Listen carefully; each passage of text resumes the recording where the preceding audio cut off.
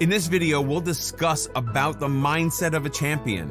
The way you work out to gain muscle will, of course, determine the outcome of your efforts, and that's why it's so important to find a routine that caters to your body the best. And for that, you need to consider a few things first. While the general idea is to lift heavy weights for building muscles, you need to start off by strengthening muscle first.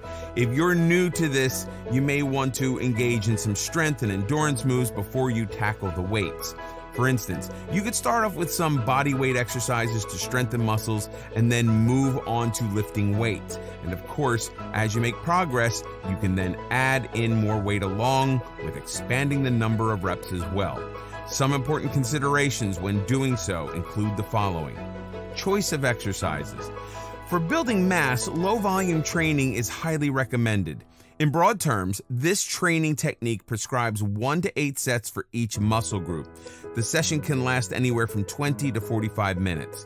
The basics of low volume training dictate that the workout routine should have the right stimulation-restoration ratio. What this means is that you need to put a stimulus on the body significant enough to increase muscle without exceeding the body's capacity to tolerate the stress. So basically, balance is key. You can, of course, increase the magnitude of training by adding more volume, training more often, or taking rest for a shorter duration between sets. You can also lift heavier weights and train harder on each set. But since it's a low volume session, you can only increase the volume by so much. So you focus on how to do the few sets that you do.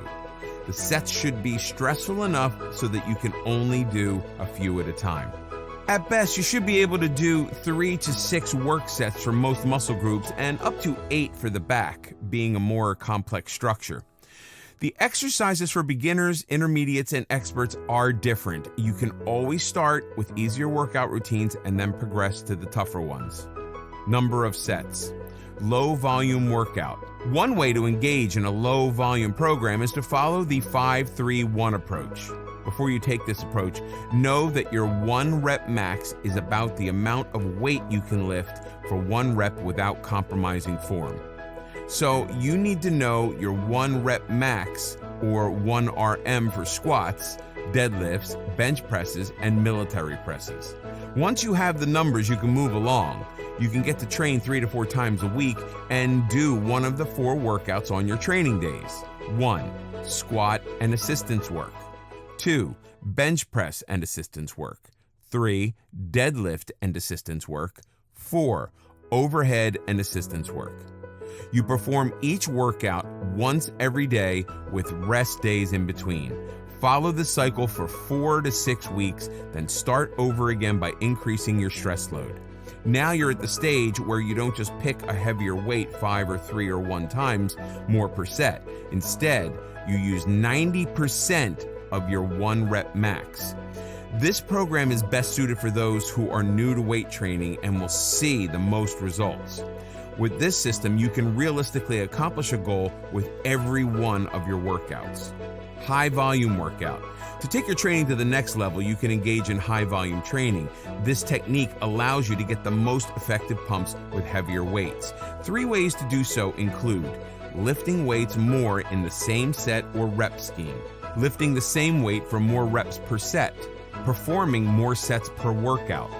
When you increase volume, you may be doing so for gaining size or for strength. At the same time, you're also flaunting higher levels of muscle with lower levels of body fat.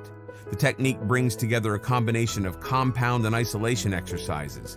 You can prioritize the compound exercises that use multiple joints and lots of muscle mass so that you have the physical and mental capacity to get more plates on the bar. When you combine compound and isolation exercises, vary your repetitions to focus on multi-joint lifts. You can use higher repetition ranges for isolation exercises. Resistance. Resistance exercises are extremely helpful in building muscle mass. These are specific moves in which you push against a weight. Using a resistance band is a popular way to create tension through your range of motion. It produces something called progressive tension, giving you more tension at the end of every repetition. There are a few resistance exercises that you can add to your workout routine. Bicep curls. For this exercise, keep your legs in a parallel position. Using a resistance band for this exercise, stand in the center, keep the other ends around your wrists. Your arms must be close to your body. Now you need to lift and move the band up and down slowly. When the arm is curling up, squeeze your bicep. Do 20 to 30 reps of this exercise. Oblique twists. For this exercise, you also have to stand with your legs in a parallel position, but they must be more than hip distance apart. Keep your arms straight at your chest level and hold the resistance band. Twist from one side to the other. The trick is to begin this movement from your waist and then twist. As you do so, squeeze your stomach. Do 20 to 30 reps of this exercise. Triceps kickbacks. For this exercise, you have to keep the same stature as the bicep curl. Stand in the center of your resistance band and keep the other ends around your wrists. This is quite similar to a dumbbell kickback, as you have to squeeze your arms and shoulder blades using the resistance band. Start squeezing from the top. You need to do 20 to 30 reps of this exercise too. The point of doing so many reps is to fatigue the muscles. That's how resistance works. Once a certain muscle group is fatigued, you move on to the next one. If you want the exercise to be most effective, you have to do one after another. In this way, all muscle groups get work to their full potential at the same time. This helps make muscles stronger and induce division in the musculature. Rest between sets. When you do sets, you need to rest for some time between successive sets. And while this is true for most type of workouts, things tend to be a little different when you're trying to gain muscle. When you rest in between sets when training, you can flex and pose. This helps blood flow to your muscles, keeping them pumped and warm. Not only does flexing and posing give you better control over your muscles, it also lowers the risk of injury. Also, when you flex and pose, you improve the ability to hold a pose for an extended time. This prevents your muscles from cramping as well. You can also stretch in between sets for serious muscle gain. Stretching increases flexibility, which can bring about greater muscle recruitment. Flexibility also improves form and gives you a greater range of motion. The same also reduces the risk of injury, prevents soreness, and promotes faster recovery.